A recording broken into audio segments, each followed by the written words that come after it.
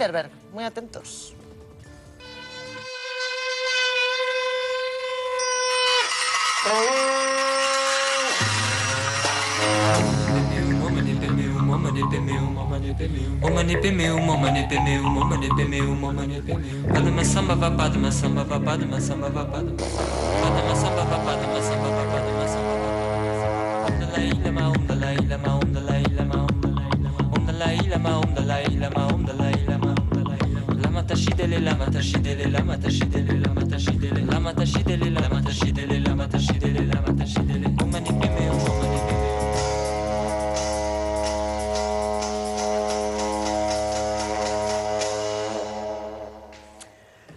Por aquí ya está Cristina Martín Jiménez con este libro, Los planes del Club Bilderberg para España. Se celebra reunión este sábado. Cristina, muy buenas tardes. Hola, Mamen. Y ya hay confirmación. Pedro Sánchez, Juan Luis Cebrián y ¿quién más? Ana Patricia Botín. Son los 3 españoles que van a ir. Los 3 españoles. Esta mañana lo he colgado en mi blog en primicia y tenemos que decir que el que invita a Pedro Sánchez y Ana Patricia Botín, que va por tercera vez, pues es Juan Luis Cebrián. Juan Luis Cebrián es quien ha invitado a Pedro Sánchez y a Ana Patricia Botín. Sí, porque es el único miembro español que está en el comité directivo. El comité directivo de Bilderberg es el que selecciona la agenda de invitados y es el que acaba de definir los temas que se van a tratar en este año. Eso es importante. ¿Y la reina Sofía, que también solemos verla en estas reuniones, este año no va? Este año no ha recibido la invitación. La recibió el año pasado y la recibió en 2012. Y pasaron cosas interesantes. Sí. Se habla mucho de conspiranoia con el Club Bilderberg. Hoy vamos a contar verdades y no conspiranoia, pero es verdad que ese supuesto círculo de influencia al máximo nivel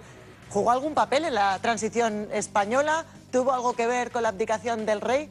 Hay muchos que dicen que está presente en todas nuestras decisiones nacionales. Es noviembre de 1975. Tras la muerte de Franco, Juan Carlos I es proclamado rey. El pueblo se rinde ante él para dar paso a un nuevo orden político.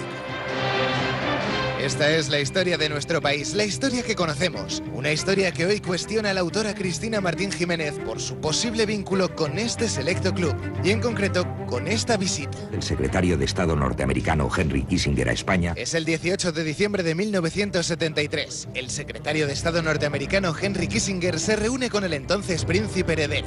Al representante del Club Bilderberg no le gusta el rumbo de España, donde Carrero Blanco había sido designado presidente del gobierno. Solo 2 días después de la visita de Kissinger, es asesinado. ¿Tuvo algo que ver el selecto Club Bilderberg en los hechos y en la proclamación del rey Juan Carlos? Después de acceder a documentos desclasificados por la Agencia de Seguridad Nacional y la CIA, la periodista Martín Jiménez expone la posible implicación de este grupo, invisible a los ojos de la oficialidad en la historia de España. No queremos el ingreso de España en la OTAN. Fueron los integrantes del club quienes hicieron cambiar el guión a Felipe González para decir sí a la OTAN. De consultar a los ciudadanos. Llegó Javier Solana a la Secretaría General de la organización gracias a una alianza del gobierno de González y España con Bilderberg. Reglas claras y austeridad. Según la autora, es el grupo más elitista del mundo quien se esconde detrás de las políticas de austeridad y recortes que han dominado en España, así como del rescate a la banca española. No va a haber ningún rescate de la banca española. También cambió este guión por mediación de Bilderberg. El gobierno español tiene la firme determinación de contribuir lo máximo posible al restablecimiento de la confianza en la moneda única. Pero no se acabaría ahí esa influencia. El 2 de junio de 2014, España se despertaba con una noticia inesperada. El rey Juan Carlos abdicaba pillando por sorpresa a los líderes políticos, a su propio hijo de viaje en El Salvador y con una agenda llena de citas oficiales. Puedo afirmar que el rey no se ha planteado en ningún momento la abdicación. Justo un fin de semana antes, el Club Bilderberg se reunía en Copenhague con una invitada de honor, la reina Sofía. Mi determinación de continuar estimulando la convivencia cívica en el desempeño fiel del mandato. Con la imagen de la monarquía tocada y cuestionada por los ciudadanos, el selecto club habría considerado que era el momento de la renovación. Monarquía renovada para un tiempo nuevo. Y de nuevo asaltan las dudas. ¿Tuvo el club la voz cantante en la abdicación de don Juan Carlos y proclamación de Felipe VI? ¿Es la historia de España tal y como siempre nos la habían contado? Pues precisamente el libro de Cristina se centra en la influencia del Club Bilderberg en España.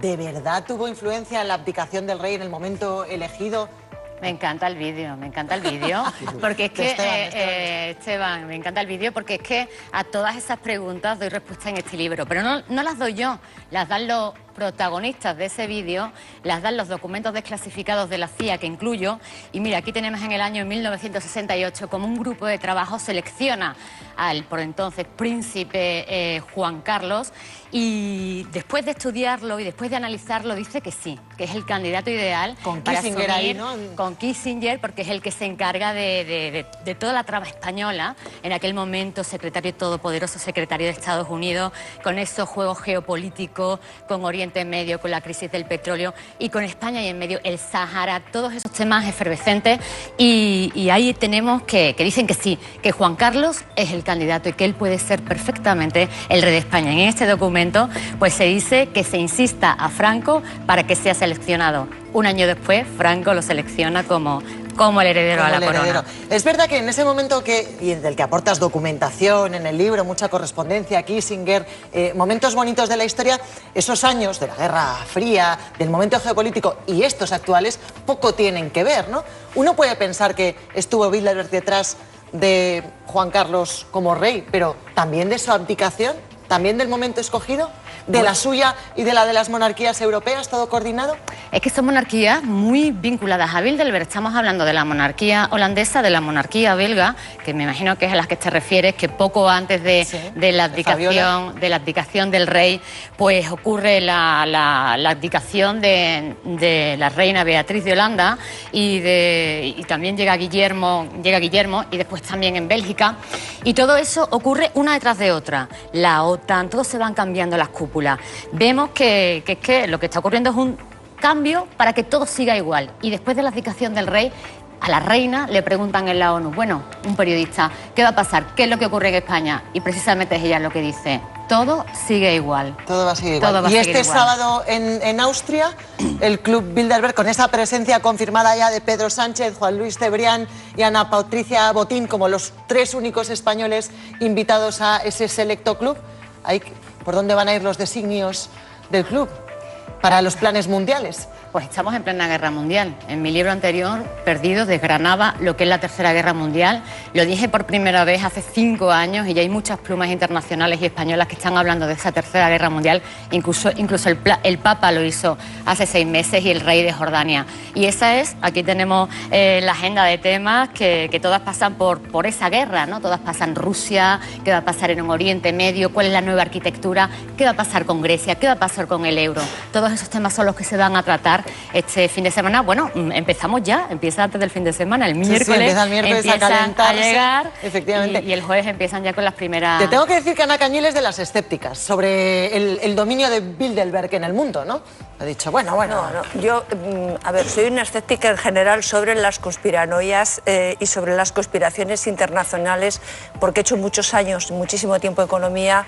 Empecé a trabajar, llevaba calcetines cuando era la trilateral, la que estaba de moda. Bilderberg no es nada más que un paralelo a la trilateral, de alguna manera, y creo que Bilderberg, exactamente igual que pasa en Davos, son grupos, son foros en donde se reúnen miembros políticos y económicos del mundo entero con capacidad de influir y donde lo más que hacen es generar estados de opinión muy influyentes, pero bastante menos influyentes de lo que a nosotros probablemente nos gustaría. Quiero decir que luego a mí me encanta la literatura y pensar que son capaces de, pero en estos tiempos en los que además los mercados, las grandes agencias internacionales de calificación y los grandes inversores son los que dominan las democracias y han deteriorado el poder político, pues bueno... O sea, Bilderberg son los que ponen la triple A o la triple B.